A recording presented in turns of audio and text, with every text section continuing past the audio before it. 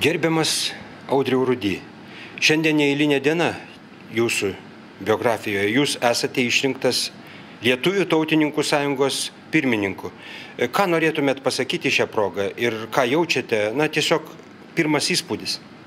Jaučiu atsakomybę, be abejo, nes jeigu Lietuvių tautininkų sąjunga kaip organizacija patikėjo man pirmininko pareigas, tai matytinai kažko ir tikisi, kažkokio proveržio tikisi.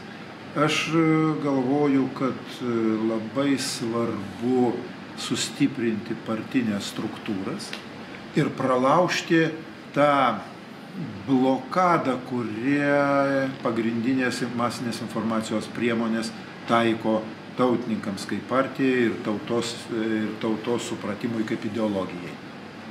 Tai aš manyčiau mano pagrindiniai uždaviniai. O ką pajus tautininkai ir ką pajus visuomenė, kaip jūs matote savo tą laikotarpį, kai jūs busite pirmininku? Kokius svarbiausius dalykus jūs kelsite tautininkų vardu viešumoje? Ir kas naujo bus tautininkų sąjungos politikoje? Gal nuo pačios tautininkų sąjungos pradedant, tai aš noriu, kad būtų labai rimtai peržiūrėti mūsų įstatai, nes dabar įstatai jie kartais nepadeda, o labiau trukdo dirbti. O taip pat reikia sutvarkyti partijos vidinės struktūras, tokias kaip skyriai, skyrių veikla, tokias kaip komitetai, atgaivinti komitetų veiklą.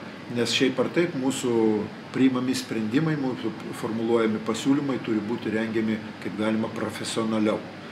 O ką visuomeniai galiu pasiūlyti? Visuomeniai aš tikiuosi pasiūlyti tautininkų sąjungos kaip partijos aktyvumo padidėjimą, tiek vertinant tuos reiškinius, su kuriais Lietuva susiduria, tiek ir teikiant pasiūlymus, kaip šituos klausimus būtų galima išspręsti. Ir svarbiausias dalykas, aš tikiuosi, kad mums bus daug sėkmingesni kitų metų Seimo rinkimai, kad mes galų gale įgysime Seimo narių, kurie bus išrinkti ne kitų partijų priedangoje, bet kaip tautininkų sąjungos nariai. Ko trūksta tautininkų sąjungai, tautininkams, kad būtų sėkmingi rinkimai kiti? Mano manimu, dviejų dalykų.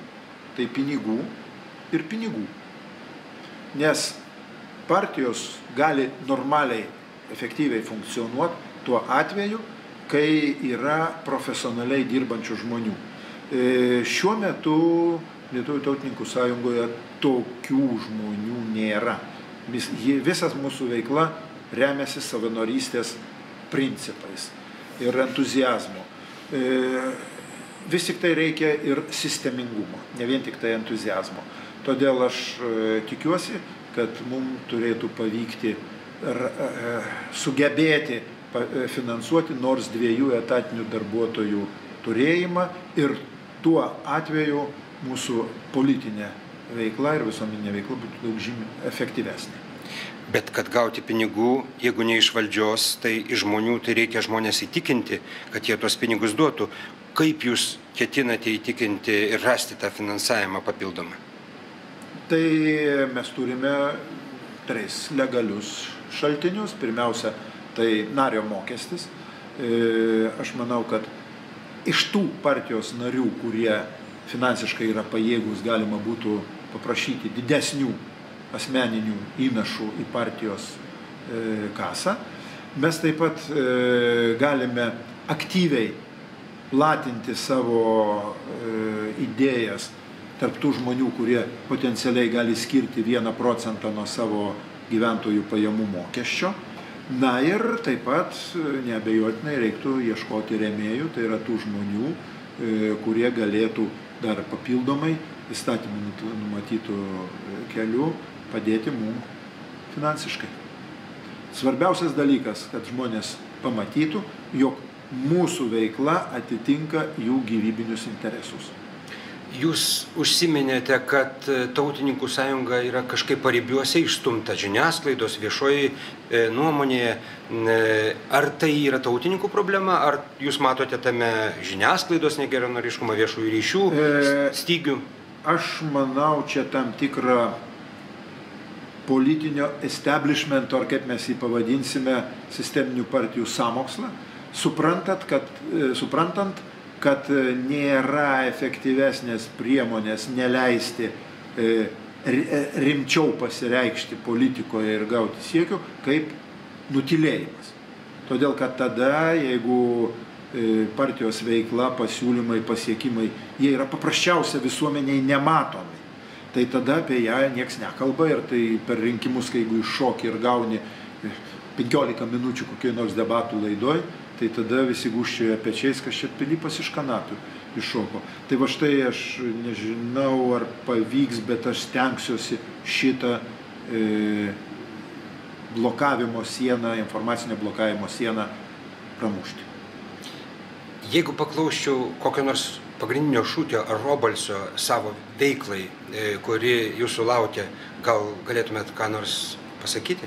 Aš gal tokio obalsio, gal aš paskui pasakysiu.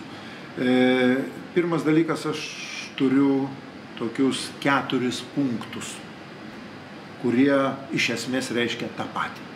Pirmas siekis, kad Lietuvoje lietuvių nemažėtų. Antras, kad Lietuvoje lietuvių procentas nemažėtų tarp visų gyventojų. Trečias dalykas, kad Lietuvos teritorija nesiaurėtų. Ir ketvirtas, kad nesiaurėtų lietuvių kalbos veiklos naudojimo sfera ir jos vartotojų skaičius. Tai štai yra pagrindiniai dalykai, pagrindiniai mano siekius. Tarp kitko, šitie siekiai yra įrašyti partijos 2012 metų rinkimų į Seimą programoje ir aš jų nuosekliai sieksiu. O jeigu tas obalsis, tai jis ir būtų Lietuva lietuviams. Jūs esate Lietuvos nepriklausomybės akto signataras. Atkūrėte, dalyvavote atkuriant Lietuvos nepriklausomybę, aktyviai dalyvavote. Paklausiu tradicinio klausimo. Ar jūs tokios Lietuvos tikėjotės? Ar jūs esate patenkintas tuo, ką mes šiandien turime? Ir jeigu ne, tai kodėl? Neabejotina ir absoliučiai kita Lietuva, negu aš įsivaizdavau. Aš Lietuvą įsivaizdavau pagal 1990 metų Lietuvos tarybų socialistinės respublikos aukščiausios tarybos rinkimams parengtą sąjūdžio programą. Ten viskas gražiai yra išrašyta. Aišku, kai kurių dalykų aš ten nebematyčiau, kai kurių dalykų aš pasigesčiau joje, bet 90% to, kas ten buvo įrašyta, atitiko mano viziją. Jeigu dabar kas nors paimtų tą programą ir pasižiūrėtų, kokia šiandien Lietuva yra po 26 metų, tai aiškiai pamatytų, kad tai yra 2 skirtingi dalykai. Tai sąjūdžio viltis žlugo, neišsipildė, reikalingas naujas sąjūdis? Ne, tai sąjūdžio viltis išsipildė, tačiau neišsipildė sąjūdžio rinkiminė programa. Tai čia yra kitas dalykas. Sąjūdžio viltis pagrindinė ir jinai atitiko visos tautos, lietuvių tautos arba beveik visos lietuvių tautos viltis, tai yra nepriklausomos valstybės atkūrimas. Šitas dalykas yra realizuota. Bet tai, koks turinys yra šitos valstybės piliečių gyvenime, aš manau, kad jis yra žymiai prastesnis, negu buvo įsivaizduojama. Tarp kitko, o dėl naujo sąjūdžio, tai naujo sąjūdžio būti negali. Nes toks tautos vieningumas, toks tautos valios kondensuotas išreiškimas, jisai gali vykti tik tai kartą per labai daug, gal per amžių. Ir jeigu mes galim kalbėti apie tautinio atgyvimo sąjūdį, kuris nepasireiškia pradžioje valstybinėmis formomis 19 amžiaus pabaigoje, 20 pradžioje, tai mes tokį dalyką turime 20 amžiaus pabaigoje. Galima pasakyti taip, ačiū Dievui, kad buvo tam sąjūdžiui medžiagos, tai yra iš ko tas sąjūdis kyla. Dabar, jeigu toliau vyks tos tendencijos, kurios šiuo metu yra Lietuvoje, lietuvių gyvenime, tai jau niekaip mes nebesulauksim jokio sąjūdžio, nes paprasčiausia nebebus kam sujudėti. Ir paskutinis klausimas. Kada tautininkai sugrįš į Seimą? Nu, kada? Kai susidarys sąlygos. O sąlygos, mano manimu, dabar yra daug palankesnės negu, tarkime, 12 metais buvo. Kodėl? Todėl, kad daugybė žmonių, jie tiesiog pamato, kad tai, ką kalbėjo tautininkai, kas buvo jų programuose, kokius jie kėlė klausimus, atrodė kaip kažkas labai jiem tolima, tai dabar, ypatingai po migracinių problemų iškėlimo, tampa jų gyvenimo artimo perspektyva. Tai aš manau, kad labai daug žmonių pradės truputį kitaip galvoti patys, truputį kitaip žiūrėti į tautininkus kaip į politinę organizaciją, turinčią siekius atitinkančius jų reiškinių vertinimui ir supratimui. Na ir pagaliau apie tai, kokia Lietuva turėtų būti. Kiek yra tautininkų sąjungos narių? Oficialiai 2150 oficialiai patvirtintų ir dar yra apie 250 anketų, kuriuose tai kokio duomens trūksta, tai, sakykime, kodas asmens su klaida įrašytas, tai dar ir vyksta patikslinimas. Galime kalbėti apie artėjimą prie 2,5 tūkstančių. Kiek planuojate turėti tautininkų savo buvimo tautininkų sąjungos pirmininkų kadencijos pabaigoje? Sėkmės atveju, bet kuriuo atveju daugiau negu sisteminės partijos nutars uždėti barjerą. Tai linkiu nuoširdžiai sėkmės jūsų būsimai veiklai. Manau, kad jūs išgirs Lietuva ir tautininkai susilauks didesnio dėmesio dėka jūsų vadovavimo. Ačiū už pokalbį. Ačiū jums ir ačiū, kad Alkas yra vienas iš tų nedaugelio informacijos priemonių, kur tautininkai randa palaikymą.